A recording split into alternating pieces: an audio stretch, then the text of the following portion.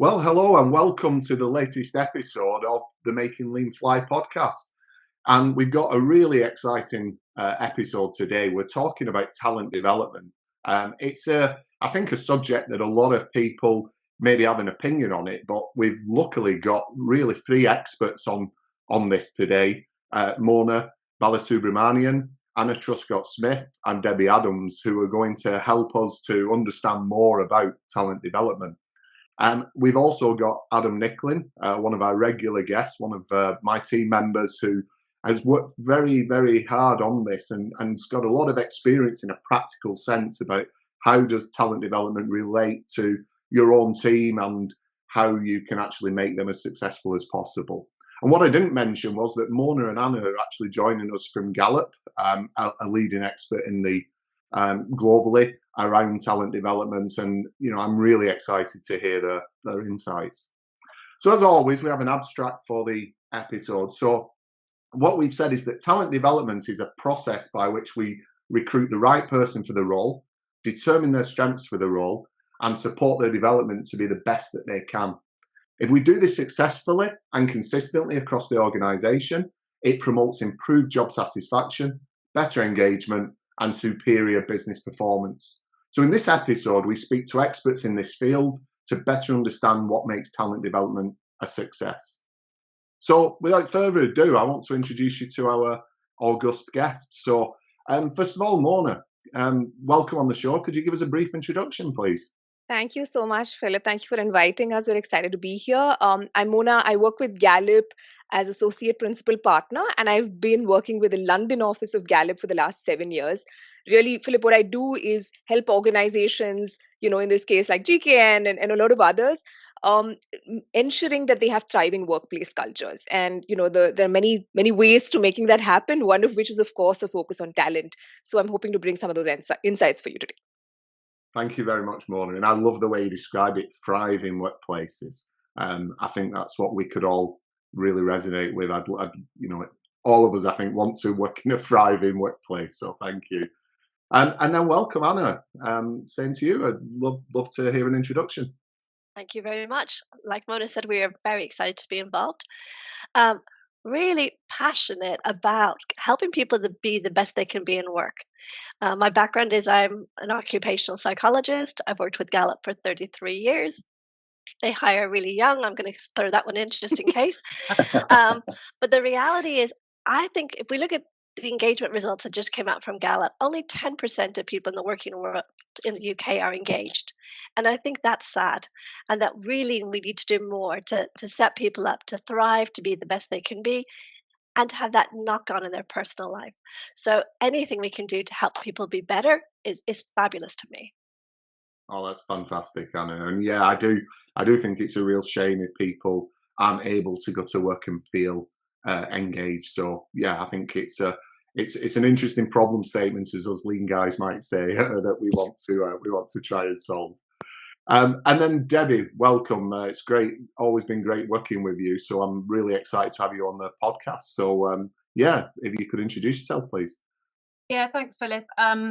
Hi, everybody. I'm Debbie Adams. I work inside GKN Aerospace. I head up one of our centres of excellence as part of the HR function, looking after talent, management, leadership development, culture, diversity, inclusion, belonging. So quite a broad space, but actually all focused on making or helping us to make GKN Aerospace a great place to work. And I think that aligns beautifully to some of the things that Mona and Anna were just talking about. I quite often talk about a really simple concept about making us have more best days at work, or enabling us to have more best days at work. Because when we have those, we're more productive, we're more engaged, we're more committed, and things are just much happier, both from a work perspective and in a personal remit. So all of the kind of concepts that sit under my umbrella in the Centre of Excellence all play a part in that. And this overarching piece around talent management and talent development is key to that. Oh, excellent. Thanks, Debbie. And yeah, I know that the best day at work resonates with a number of our team. Adam will quite often, if he's had a really good time, he'll come back, he'll feed back in our daily management meeting. He'll say, "Hey, I had my best day at work this week." Yeah. I actually, I have to say, I was thinking this, that I've actually had the best week at work I've had in living memory this week. So it's not even a day, it's a week. Wow. Excellent. That's great. Well, Adam, you know, regular listeners will know you, but for those who don't, and yeah, give us a brief introduction, please. Yeah. Hi, everyone. Adam Nicklin, part of Philip's Lean Centre of Excellence, GCAN veteran of 16 and a half years now. So I'm officially I guess a corporate dinosaur now. I finally reached that. I focus on enterprise excellence now in our team as we look to further deploy our lean operating model beyond the four walls of our factories, through our suppliers, to our suppliers, and in the benefit of our customers and our customers, but also vertically, you know, getting more traction with great business functions, because we've all got problems to solve, and we've got a tool set that we can use to help with. Really looking forward about this discussion. As Philip said, I've been involved since the first session that we had in just behind Anna's head, floor 18, is it? Going on just before the pandemic. So looking forward to talking more about that. Absolutely great. Well, I mean, hopefully the listeners have a really good understanding of the level of people that are on this podcast in terms of their authority to talk about this subject. So really looking forward to getting into the meat of this now. So I think what we'll start with is the first question. You know, let's answer that first one. What is talent development? So what is talent development? What does it mean to you, Anna? I think we have to start with what's talent. And I think what we would say talent is, it's that reoccurring pattern of thought, feeling, and behavior. And I actually think, if I was to kind of simplify it, it's the things you can't help but do. So if someone's competitive, they're going to bet on two flies crawling up a wall. If somebody has got woo, they can't help but chat to people beside them on the plane.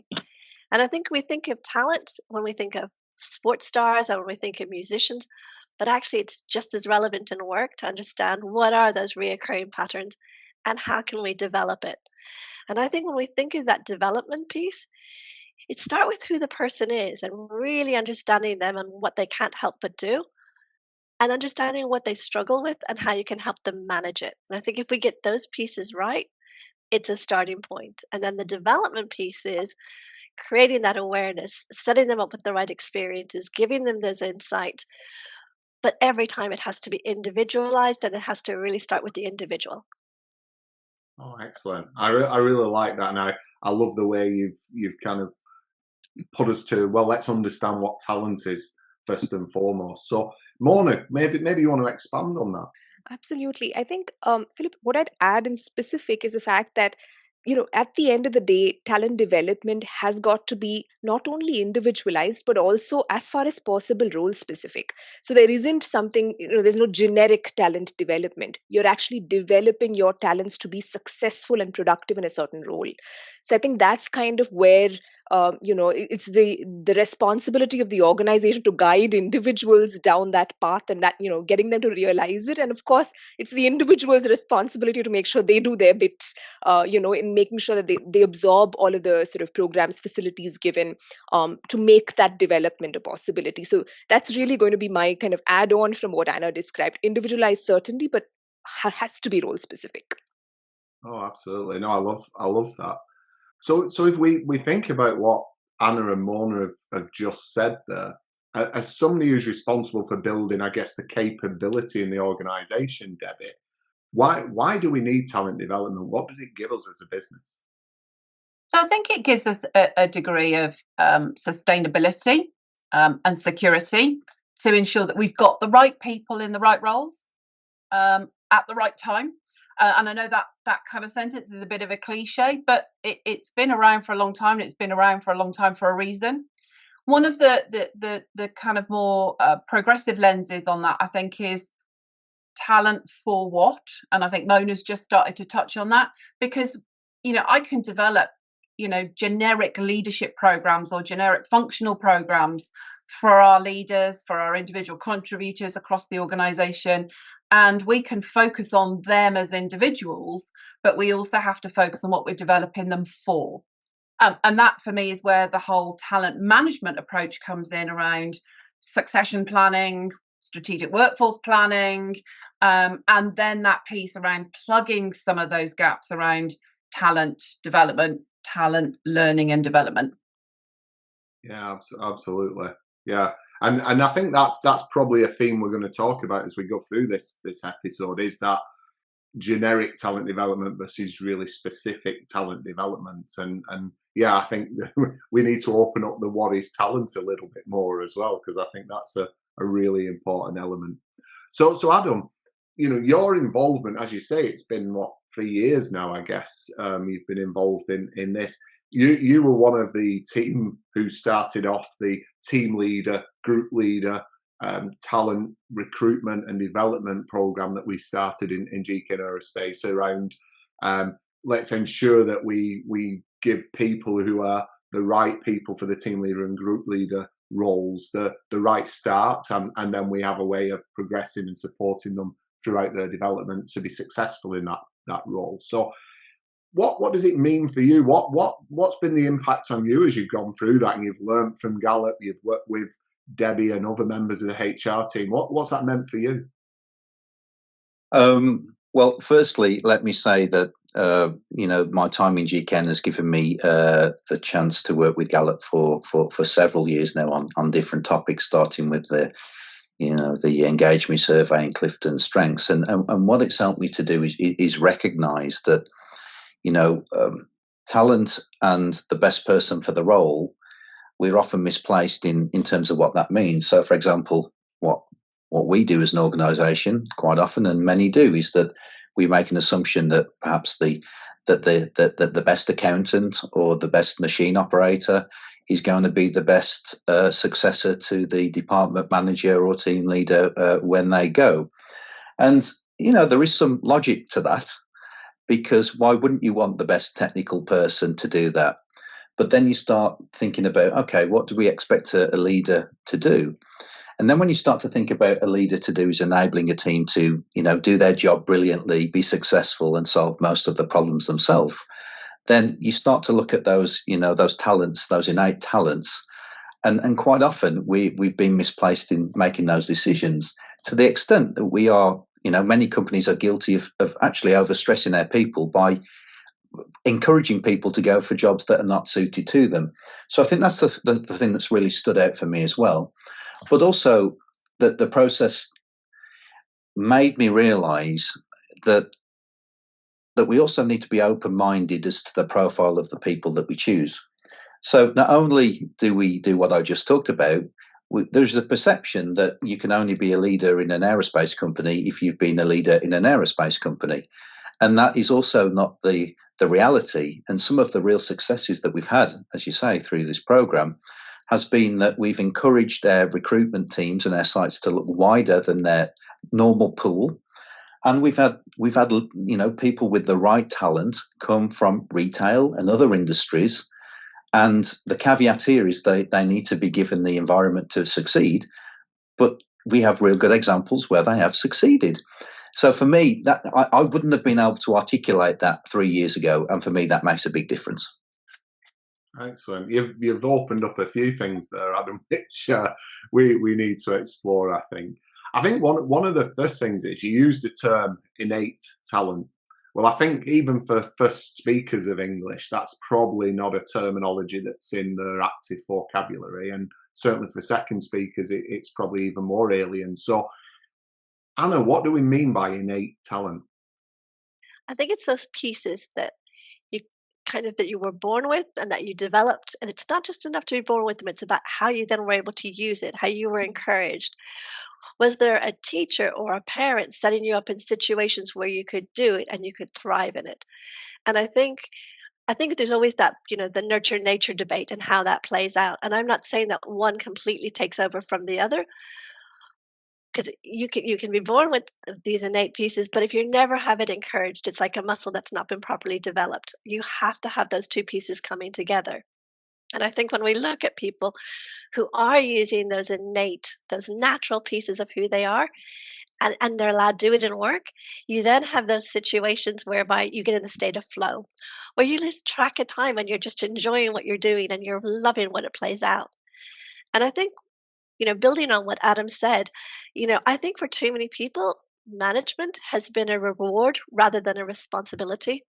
And I think that whole dynamic of when you become a manager, that looking after your people and taking them to that next step is so crucial that I think sometimes we just haven't put enough thought into, do these people naturally want their people to develop, to grow, to be the best they can be, to empower them? Or are they thinking, I'm just going to want them to do it exactly as I've done it every time in the past? And I think working with GK, and I think one of the things you guys have done brilliantly is really thinking about the size of your team and thinking about that respect for the individual. And I know that respect is a really big part of lean for the people, but I don't always think that's remembered. And I think if we can take that and remember it and figure out who people are and what they can't help but do, it makes a huge difference. Brilliant. Yeah. I love that as well. Management has been a reward rather than a responsibility. I wrote that down quickly because I think that's a really nice statement. And I guess, many companies struggle with that, don't they? Because you have somebody who's been a fantastic contributor to the business. You want to be able to reward them, and generally the grading systems mean that the only way you can reward them is to make them a manager, and then you can pay them more and give them more benefits. I don't know whether they still do this, but I know many years ago Eastman Chemicals used to have a grading system that rewarded you for your technical capabilities separately from your leadership or managerial capabilities. So they actually had situations then, I don't know whether it still persists, but you could actually have the manager of a department who was a lower grade overall than the people who worked for them, because they would be a higher grade from a managerial perspective, but a lower grade from a technical perspective. And that was how they tried to balance out that individual contributor versus manager dichotomy or dilemma. So I guess that's something that probably most companies struggle with. What's your view on that, Mona? How can you kind of get people from thinking, or organizations from thinking, that the only way to reward somebody is to make them a manager?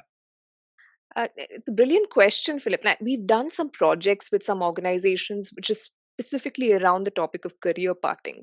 And what we help them with doing is actually defining career tracks for individuals, growth paths, which are not necessarily just, like you said, the only path to growing is actually having people responsibilities. You need to have, in parallel, those career tracks which allow expertise or technical knowledge to be rewarded, respected just as much as people leadership capabilities. So I think that kind of an effort, a conscious effort, and it is going to involve a little bit of rethinking the organizational design, but I think this can actually be a very constructive way towards solving the issue here of this unfortunate perception that's created in a lot of people's minds about the only way I can grow is if I end up being a manager, end up being a leader of other people. So I think just creating that almost a sense of equality and respect, and the reward system for those individual contributor roles that matter to your business is going to be important. Yeah, absolutely. In fact, in my the last job I had when I worked for Philips, I actually struggled in a couple of countries hiring people into well-graded individual contributor roles, but the kind of the cultural norm was that as you became more senior, you had people looking for you. And I was told that one of the barriers to recruiting the best people into those roles was, they said, well, when they see their family or friends, they're going to say, well, how many people work for you? So there was actually a cultural barrier to being a higher graded individual contributor, because it was like, oh, so you don't have people working for you. So you can't be that senior. So I guess there are some cultural elements to this as well. Okay, so if I'm not sure we've really answered the why do we need kind of talent selection, talent development fully. And one of the things that came to my mind, and I'm probably going to move us a little bit left field here, but I think, Anna, you talked about people getting promoted and maybe becoming a manager, and maybe that's not what they want to do. Now, it's probably a more derogatory way of looking at this, so I want to see if we can flip this to a more positive way. But there's long been the Peter principle around. I think Lawrence J. Peter came up with this idea of the Peter principle. And it was basically roughly, that people get promoted to the level of their incompetence, which I think is quite a derogatory way of looking at it. And I guess what we're trying to do here is to try and avoid that. Debbie, how would you see this? How can we use a good talent development approach to ensure that people don't fall into that trap? Yeah, thanks, Philip. I mean, I think there's a couple of things that I would echo that some of the other guys have said on the call, which is, we have to not assume there is one path to career success. And there are technical frameworks, there are leadership frameworks, and you can be successful in either one of those. You can also be really successful if you move from one to the other and dot around. So I think one of the big messages for me is, tactical performance or delivery does not equal great leader in any way, shape or form. I think one of the things that we need to do, and we've been trying to do this in GKN, is to embed in our own internal culture that it's okay to take different paths. You don't have to go down that route. And I think one of the things that will help us immensely as an organisation is our rollout of a new competency framework. So it's not exclusively across all of the organisation at the moment. We're rolling it out function by function. But I think that will allow people to have greater visibility of the possibilities of how to grow their own career. And I think, Anna, you talked about it earlier about people taking responsibility for themselves. People have got, we can talk to people about their career development, but if you really don't want it or you're really not that committed to it, we're just wasting our time. We're wasting our breath. And I've seen this happen a lot. We put a lot of people through programs and give them resources. We give them opportunities and they do nothing with it. And for me, that's really sad. But I think when we think about the talent, acquiring the right talent, for me, it's about taking us outside of our preconceived ideas around what talent is. And I think that all comes back to culture. It comes back to expectations. It comes back to, historical context. I think it's about breaking that mold and going, okay, so what does success look like in a role, and working back from there. And that's one of the things that I love about working with Gallup, is that that's kind of aligned to their mindset. And as such, they've got a load of products, tools, services that support that. And I think engagement, the Q12 survey, which is widely used across the globe, is one of those tools. And I think the other is this talent assessment piece. So what we mean by talent assessment is assessing people for their potential in terms of a future role. And as Mona said, you have to align it to a specific role. You can't just go, you've got potential to be the king. It's got to be very aligned to a specific role.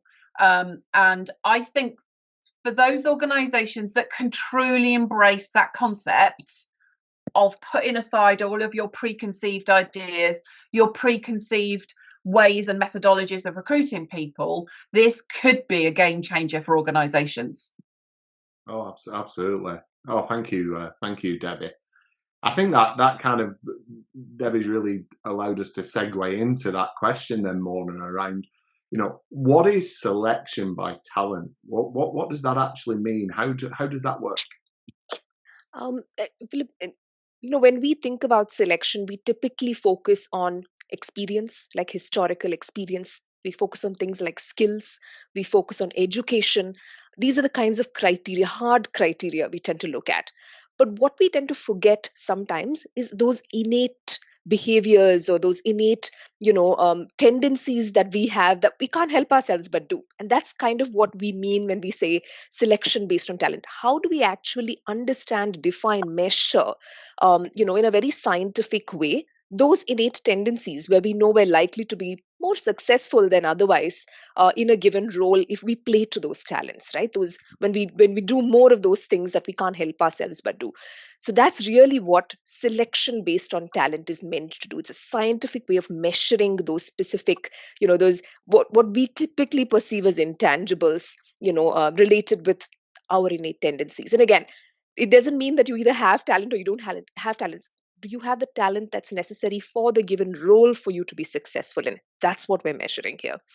And I just want to mention, when we think about this definition and the scientific basis of it, Philip, we think about, what is it that it's actually going to take for you to be successful in the role, right? What is high performance, or people who have high talent and thereby have high performance? What is it that we see within them? And so the basis of it is really the study of high performance, and what are the talents that it's taken to be able to achieve that. So we discriminate based on that high performance, but never based on demographics or anything like that. So the focus is to make sure that it's fair, it's unbiased, but at the same time focused on, what are those natural tendencies of individuals who tend to perform well in the role. Does this make sense, Philip? Did I answer your question to a good extent? Yeah, absolutely. I think just a follow-up question, though, Mona, might be, for the listeners who are still thinking this sounds quite abstract, what are some of the specific talents that you may be looking for in this kind of assessment? So I'll give you a few examples. So Philip, let's say, we're looking for hiring someone into a frontline managerial position. Okay, in these roles, we would look at talents, talent dimensions such as motivation. How likely is this individual, able to be motivated to be able to achieve the goals that are defined in that role? And within that, we measure, their inner drive to be able to make that happen, and also their want to create almost a legacy of success. So not just the inner drive, but also, do they make visible the efforts that they're putting? Do they actually show the others around them that, hey, this is what I've actually managed to achieve? So that external kind of push, or the appreciation that they like to get, that drives them both internally and externally. We measure both of that as an example for you. In addition, we look at things like collaboration, but rather than it being soft and fluffy, we actually get into the depths of, does this individual actually like to work with others, right? Does this individual actually like to build relationships consciously? Do they take an individualized approach when it comes to recognizing people in their team, supporting individuals, communicating tough messages? These are the kinds of things we tend to measure, and there is actually, specific questions that allow us to be able to do this well. Okay, excellent. And Anna, maybe moving on to you, how do you actually assess these talents with people? So if we have a candidate for a role, what's the mechanism by which you are able to assess these talents? I think that's a great question. Thank you, Philip. There's two different styles. So if we're thinking about what we use for your group leader or your team leader, we have a web assessment, and there are two types of questions. One of them are very simply multiple choice. And so you have a statement, and then you have 4 choices where you can decide which best suits you. And the other one is we have a Likert scale. So we have basically how much you agree to disagree on that. Then on the in-depth interview, so for our leadership roles, it would actually have somebody phoning you up and asking an open-ended question and getting you to talk about how it plays out. In both of the cases, I think it's really key to say that every question we have comes from a database, because we like numbers and we're pretty obsessed with the numbers. So for every item, we can turn around and say, well, how does this one work when we look at people who are exceptional in the role versus people that are average or below average? When we look at questions like, as Mona mentioned, how fair is the item? So are we finding that if we found that there's a demographic difference by culture, you mentioned culture earlier, we want to make sure that we're not discriminating on culture, gender, age, disability. So they always come back to that research up front about, does it tie back to performance? And then subsequently, can we measure it in the longer term? And really, we like to be able to get down to the nitty-gritty of how is each individual performing. And when we look at that, we can see that there's a massive difference in terms of performance, in terms of retention, in terms of safety, in terms of profitability, and going back to what Adam said at the very beginning, impact on customers. So one of our clients we've been looking at recently, manufacturing, they're having a huge problem with waste. And what they found out is that is very much down to individuals and looking at the individual talent in terms of how that plays out. So it's asking the questions, making sure that people feel comfortable. I mean, I think when we're looking at anything that we do in any assessment, it has to be reliable, it has to be valid, it has to make sure that there is no bias, but we also want them to be candidate friendly. So there's no point in me asking you what's your favorite place to eat a burger if that feels like, why are they asking me that stupid question? It needs to be something that feels like it makes sense to the person, because we do ask people to rate it at the end of the day and ask them to say, well, how did this experience allow you to describe yourself? And what we want is for people to say, yeah, this is me, this is who I am. I don't know if that's right for the job or not, but I think it goes back to what Mona and Debbie were saying earlier. It's thinking very much everybody has talent, but how can we make sure that we set it up in the right place for it to really thrive? Excellent. That's superb. I really like that. Again, I keep scribbling down things as all of you speak. I've never written so much on one of these podcasts.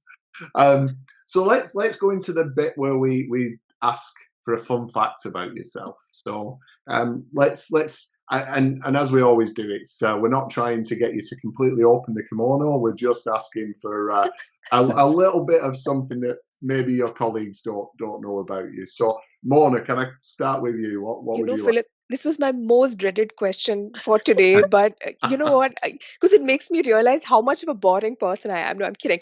But I think, Philip, maybe an interesting one that my colleagues may not know. So if I had not picked a career in the field that I'm in right now, which is to do with, research, people, culture, all of these areas, I would have actually ended up, being a theater artist, either a successful one or one struggling to make it in Broadway. That's really where I would have ended up. I love the performing arts. I don't know if I'm good or not. I mean, okay is what I'd label it as, at singing and dancing and stuff like that. But really, that would have been my direction in life, Philip. Oh wow! So that was really eye-opening, because I didn't know that about you. I've met you a few times and didn't know that about you. So that's very interesting. Thanks for sharing that, Mona. And Anna, what about yourself? So if I wasn't here right now with you on this, I would actually be in a class lifting weights. I have started lifting weights and I have joined Strong with Swan, and I lift weights a couple of times a week and I am really loving it. I never thought I would ever do this. This is definitely not me. And none of the people in Gallup probably know that I do it, but I really, really enjoy it. Oh, bloody hell. We're going to have to start calling you Anna Schwarzenegger. I'm nowhere near that yet. So that was a nice surprise. And Debbie, what about yourself? Well, like Mona, this is just like me going, I'm really boring. I have no idea. And I could come up with all sorts of tiny little things. Like, there was a point where I decided that I was going to learn to ride a motorcycle because I love speed and I love noise. But I wasn't very good at it. So, when we talk about talent for what, then, I really didn't have the talent there. So I think the thing that I would share is that I've hit a certain age where I've realised that zest for life is as important as almost anything else that happens in our time on this earth, which all sounds very philosophical. And my best friend and I are spending this year and hopefully future years really just ticking off some things off our bucket list. So we've had some amazing experiences already. I had a trip to Iceland over the Christmas break, which was just beautiful.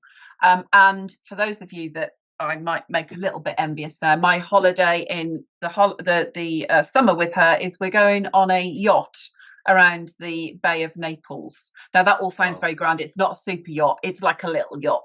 So, I'm not some celebrity Kim Kardashian, equivalent. But yeah, so I'm really excited about that. And I think it's really important to just stop for a minute sometimes and just go, this is important for me. And actually it will help me in the long run in work too. So that was my fun fact. It's not exactly fun fact, but something you might not know about me. I think that's fantastic, Debbie. And I guess we all kind of hit that age of 35 when we start to think about things. So Yeah, absolutely. So great stuff. Adam, I'm not going to put you through it again because I've put you through it many times. So Okay. let's jump back into the subject. But thank you for sharing. That was great to hear those different things about you. I don't know how many people heard it, but Anna, you surprised me so much. I actually swore a little bit when I heard you say that. Yeah, I noticed that. So my apologies to the listeners. Well, we haven't got a contract, Philip, so we can say what we like, can't we? But if we move on back to the subject in hand, one of the things that I think was coming out, we've talked, I guess, it's implicit what the benefits for the business might be. Maybe we've not made it clear enough what's in it for me as an employee. So, Mona, what would you say? What's in it for me? Why should I want to be part of this kind of process, talent selection, talent development? Philip, there's actually more in it for the employee than the organization, if I'm really honest with you. I think the deal is that if we design these programs right, and if we're thinking about talent development as we've spoken about it in this call, it is a process through which you're able to ensure that the people you select for a role, whether it's a selection or a development, to hire them to be promoted, whichever it is, are the individuals who are most likely to be successful in that role, right? So it's almost as if you are positioning yourself to get, the greatest sort of likelihood of being good at what you do, being able to grow, the right way. And of course, you're playing to your inner, sort of your innate tendencies, which means that you're not fighting to be someone else. It means your well-being is likely to be a lot better in role. It means you're likely to be more engaged doing what you're doing. So really, at the end of the day, you are more productive. You are probably more happy as a result of, going through a process like this. And certainly you're more likely to be successful doing what you're doing. So, it's all of these good things that result in outcomes for the organization. It starts with the person. Okay. So I guess the mutual benefit is that the organization gets somebody, we heard from Anna, I think, better retention, better performance, etc. But the individual themselves is going to get more fulfillment out of the role. They're going to be more successful. And if we feel more successful, then I guess, that's a win for everybody, isn't it? It really is. Yeah. If I can just add to that, and I don't mean to interrupt, but we know that if you play to your strengths, you're 3 times more likely to report having an excellent quality of life, and you're 6 times more likely to be engaged in your work. And I think people are very good at leaving work home behind them when they go to work, but it doesn't always work the other way. If we are not fulfilled and you're making the best of who you are, think of the knock-on effect it has with your family and your friends and just your level of self-confidence. I think we don't always think about that. If you've had a great week, like Adam started off with, think of how he goes home. Think of how he interacts with his children. Think of how he interacts with his friends. It's a profound impact, and we can never underestimate this. Yeah. I can sum that up in 2 words: chippy tea on a Friday night. That's how good a week it's been, Anna. Brilliant. So the kids were very happy, Adam. Although I must say, Anna, Adam did find it very difficult to stop bringing home to work because he's having an extension at the moment, and we heard nothing but his travails in that. Yeah, that's why I came into the office today to avoid the noise and the banging as well, following the protocol, of course. Absolutely. And I guess, Debbie, one of your responsibilities is to, again, work on developing our understanding in GK Aerospace around diversity, inclusivity, belonging. How can we be, a better organisation from that perspective? And we've been doing some great work with one of your team members, Simone Robinson, who's excellent, fantastic way of bringing it all across. And I think it's opened many of our eyes to this subject. How can this kind of talent selection help to ensure that we have a more diverse workforce?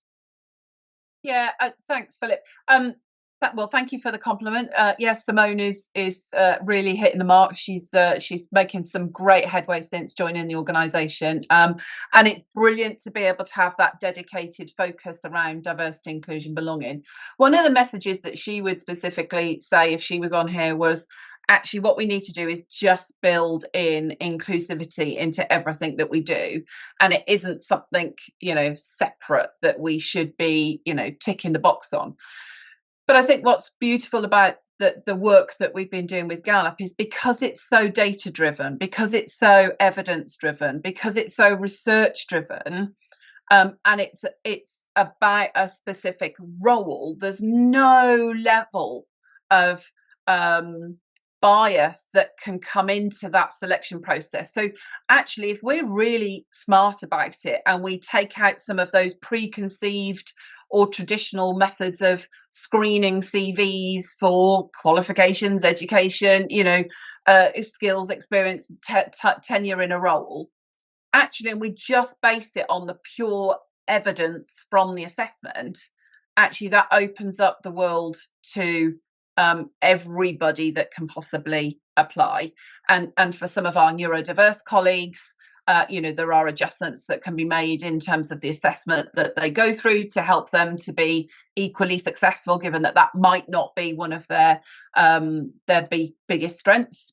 So for me, the pure nature that the way the tool is built allows for us to create a level of diversity. Certainly, I think the inclusivity piece is how we embrace those individuals when they come into the organisation. And Adam mentioned earlier, you know, if you bring in people to roles because of their potential to be successful in a role, you still have to enable them to be successful. So if you bring in somebody from a, you know, military background or a retail background, you're probably going to have a period of time which is slightly longer in terms of onboarding them and inducting them and getting them up to what I would call performing speed, in comparison with somebody who's got manufacturing experience or aerospace experience.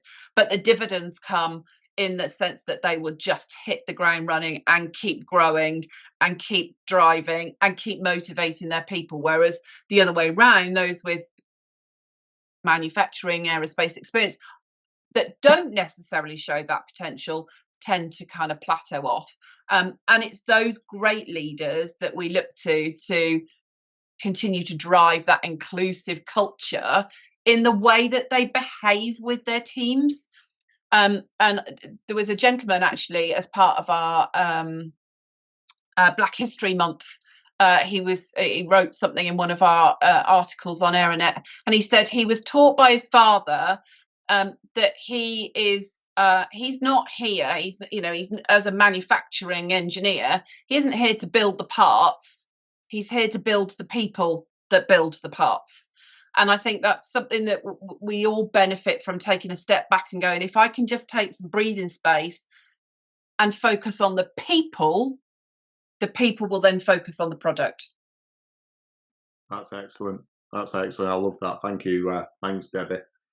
So I guess as we're getting towards the end, there's a couple of things I still wanted to ask the question of, specifically to Mona and Anna, around, you know, if I'm a manager with many years of experience, are you really telling me a computer can select somebody better than I can? Mona, can we start with you?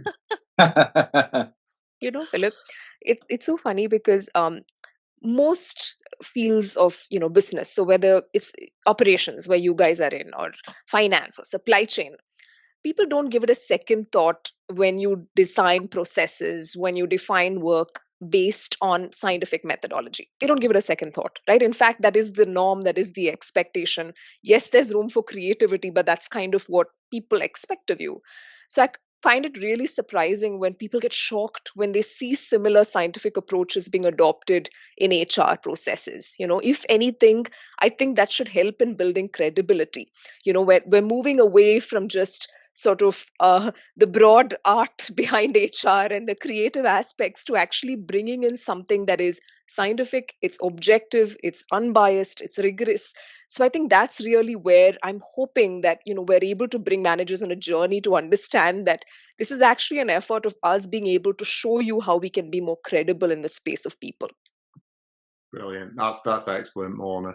And just kind of building on that, Anna, you know, bearing that in mind, but then what are the do's and don'ts of this process?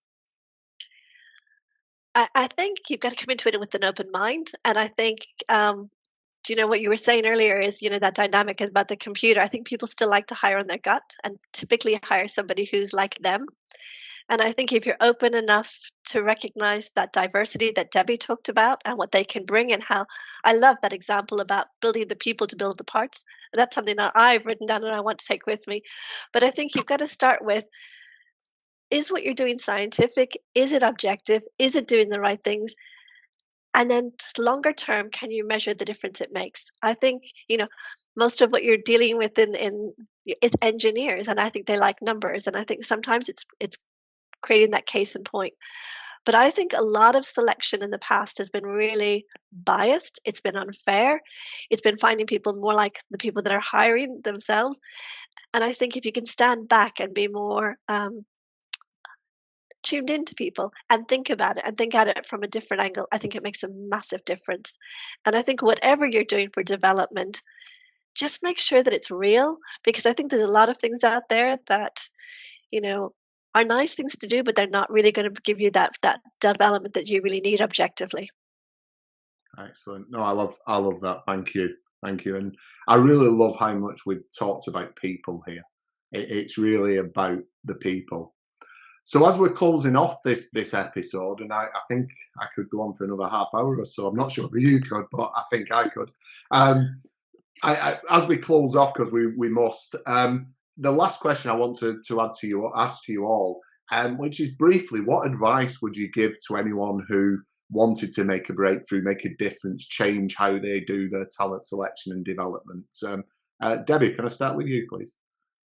I'm glad you came to me first, because this is really simple and easy for me.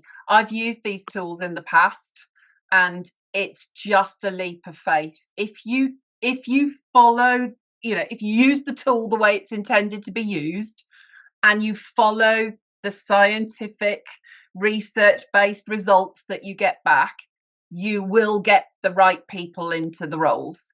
If you fudge it and you go, it's nearly right, I promise you it'll never work out in the long run. So I think it's just a leap of faith for me. Excellent. Thank you, Debbie. Trust the process. Yeah, absolutely. Thank you. Mona? I think my advice is more generally when planning and designing these kinds of programs, and that's to do with making sure there's room for change management in there. Like, don't assume that this is a process that, it's new, it's for the first time, and it's just going to land like that. It's going to take a lot of stakeholder management. It's going to take a lot of intentionality in explaining the kind of rigor that's gone into this and convincing individuals along the way. So I would say, plan a substantial amount of your time of that work towards change management. Excellent. Thank you. Sage advice. Thank you, Mona. And then Anna. I think going back to where we almost started from, I think it's about understanding the role and speaking to the stakeholders and really getting a good understanding, and also studying your best people. I think one of the ways to gain credibility is to study the best and learn what they have in common and what are the things that they can't help but do. We're not looking for everyone to be the same, but we are looking for some of those key pieces, like, as Mona mentioned, what's going to motivate them. When we think about, if I think about some of the leaders in your organization who are fantastic at developing people and empowering people and really setting people up to be successful, learning those things and helping them play out makes a huge difference. Excellent. Yeah, great advice. Thank you, Mona. And then Adam, last but not least, what would your advice be? Yeah, I think firstly, what a great conversation. I think, firstly, I think as individuals or organisations, we need to recognise that we have a problem to solve in the first place, because if we don't, we'll never get there. I think we also need to address what our metric is, in the sense of, is the target to fill the role as fast as possible, or is it to hire the right person? And I think it's a combination of the two, and we spend too often hiring, and the goal is hiring the right, filling the role rather than hiring the right person. And also, as well, I don't want people to be put off by tools and processes and assessments. It's all eminently simple. It can be integrated to your talent acquisition team or individually. It's a modest cost for big payback as well. So I would say, for those pioneers out there, that want to make a breakthrough, just to have a read about it and try it. And of course, they can always reach out directly if they want to. Great. Thanks very much, Adam. Well, great. Thank you very much. Really appreciate your time, Debbie, Mona, Anna, and Adam. And the end of another great episode of the Making Lean Fly podcast. And to the listeners out there, remember, it's about changing how you lead, not who you are.